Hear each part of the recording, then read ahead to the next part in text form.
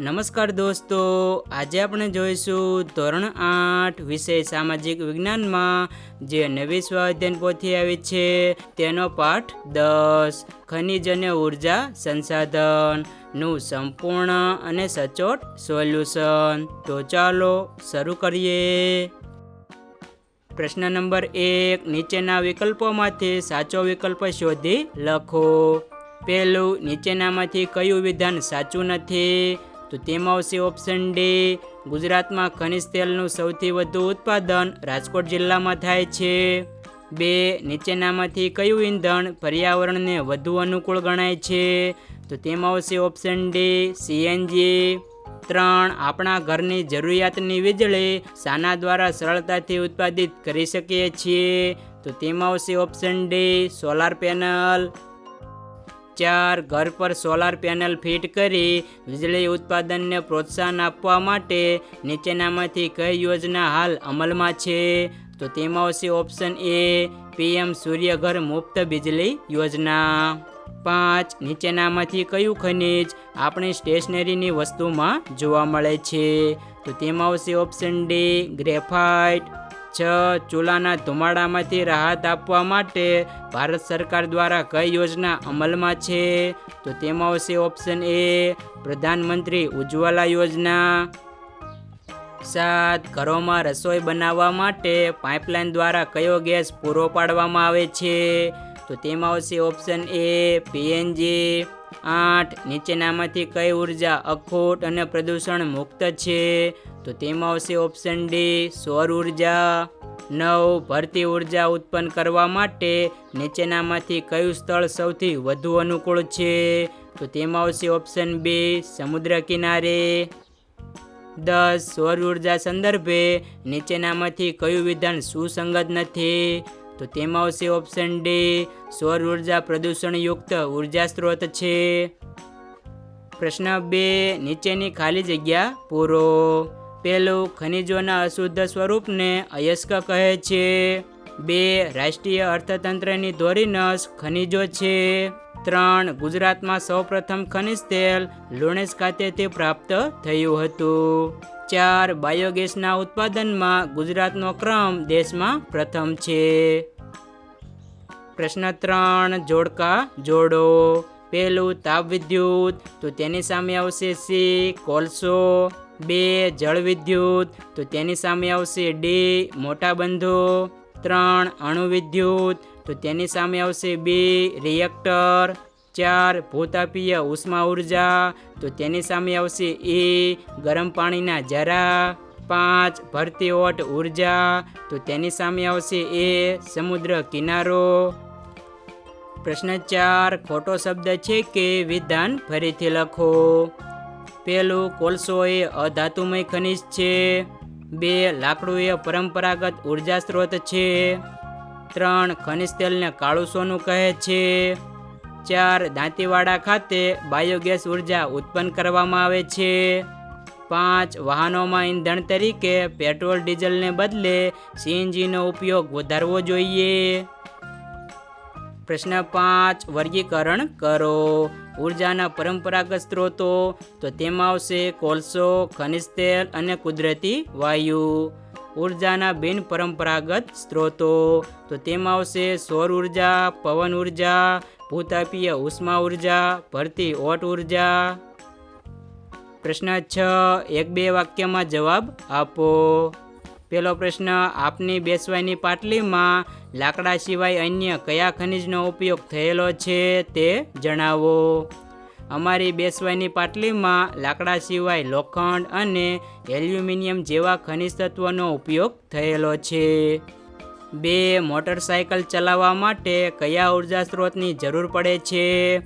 Motorcycle ચલાવવા માટે petrol, CNG અથવા વીજળી જેવા ઉર્જા સ્ત્રોતોની જરૂર પડે છે। 3, તમારા જિલ્લામાં કયા કયા ખનિજ મળી આવે છે?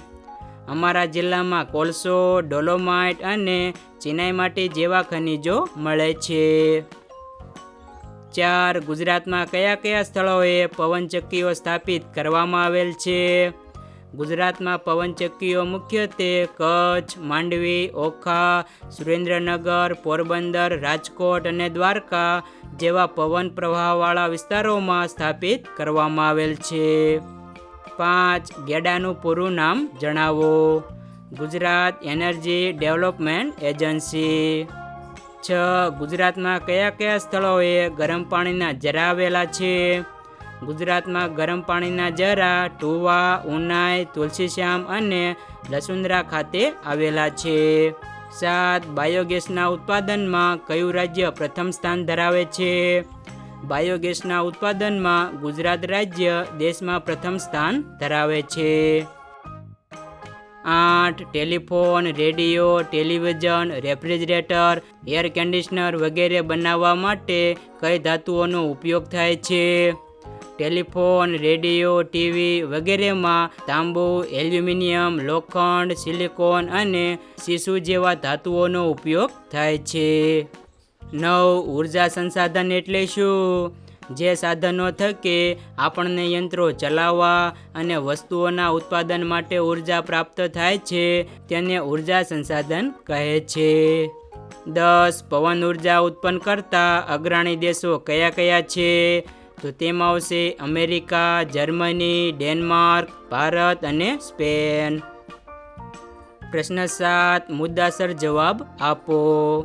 પહેલો પ્રશ્ન, સૌર ઉર્જા આપણને કેવી રીતે ફાયદારૂપ છે તે જણાવો. તે પ્રદૂષણ મુક્ત છે, તે અખૂટ છે, તેનો ઉપયોગ વીજળી ઉત્પન્ન કરવા, પાણી ગરમ કરવા અને રસોઈ બનાવવા માટે કરી શકાય છે.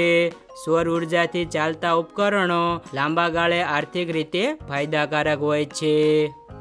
2. પવનચક્કીઓ કયા સ્થળોએ સ્થાપી શકાય છે? શા માટે? પવનચક્કીઓ એવા સ્થળોએ સ્થાપી શકાય જ્યાં વર્ષભર તેજ અને સતત પવન ફૂંકાય. ખાસ કરીને ઊંચા ટેકરા, દરિયાકાંઠા, ખુલ્લા મેદાન અને નિર્જન વિસ્તારો પવનચક્કીઓ માટે અનુકૂળ હોય છે. કારણ કે પવનચક્કીઓ પવનની શક્તિથી વીજળી ઉત્પન્ન કરે છે. પવન હશે તો જ પાંખો ફરશે અને વીજ ઉત્પાદન શક્ય બનશે. તેથી જ્યાં વધુ પવન ઝડપથી અને સતત ફૂંકાય છે એવા સ્થળો પવનચક્કી માટે શ્રેષ્ઠ હોય છે. પ્રશ્ન 8. નીચે આપેલા વિધાનોના કારણો આપો. પહેલું, સીએનજી પર્યાવરણ બચાવવા માટે ઉપયોગી છે કારણ કે સીએનજીના દહનથી હાનિકારક વાયુઓ ઉત્પન્ન થતા નથી, એટલે કે તે પર્યાવરણીય પ્રદૂષણ કરતું નથી. તેથી તે પર્યાવરણને અનુકૂળ ઈંધણ બન્યું છે. 2. ઇલેક્ટ્રિક વાહનોનો ઉપયોગ વધી રહ્યો છે કારણ કે ઈંધણ ખર્ચમાં બચત કરે છે, હવા પ્રદૂષણ ઓછું કરે છે અને પર્યાવરણ માટે વધુ અનુકૂળ છે. ઉપરાંત તેમાં જાળવણી ખર્ચ પણ ઓછો હોય છે. પ્રશ્ન 9. સૂચના મુજબ નીચે આપેલ પ્રવૃત્તિ કરો.